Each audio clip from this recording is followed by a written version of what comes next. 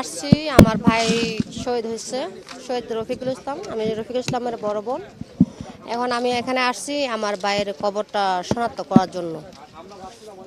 আমি জানেন এই যে আজ 1.5 বছর ধরে আমি প্রত্যেক সপ্তাহ বৃহস্পতিবার হলে আমি এখানে আইসা পড়ি। তো আল্লাহ কি আমার দেখে না যে আমি এখানে আসি? আল্লাহ কি আমার দেয় না যে আল্লাহ আমি ওনার ছেলের কবরটা আমি ওনার পাওয়াই দিই? আমি এইটাই আসা, আমার ছেলের কবরটা আমি পাইলে আমি মরেও শান্তি পাইব।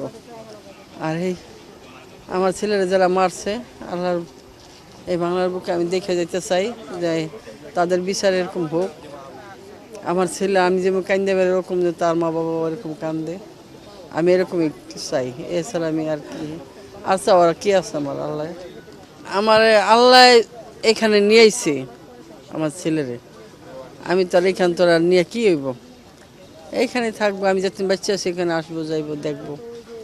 এছাড়া তার আমার করার কিছু নাই। আমরা নদী ভাঙ্গা মানুষ, আমরা ঢাকা শহরে থাকি ভাড়া। এখানে নিলেও থাকবো, জোড়াই নিলেও থাকবো।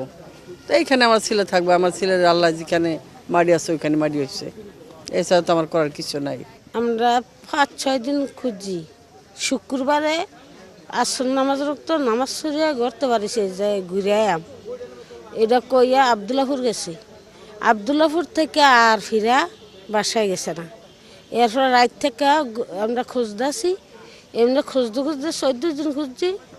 এরপরে ইয়ার হাসপাতালে ঘুরছি, থানায় ঘুরছি যে কোন জায়গায় আছে আমার ছেলে।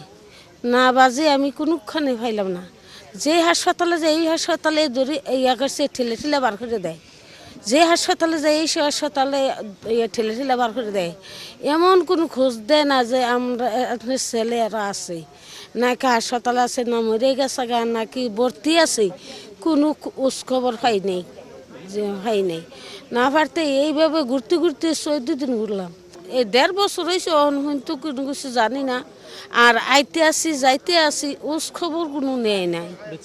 না না না, আমরা কি আইজে আমরা কি মান সম্মান আছে? আমরা যে পাগলের মতো নাল্লাই করছে দিকে তার মানুষও তো আমরা এইভাবে ঘোরাঘুরি করে আমরা ঘুরায়।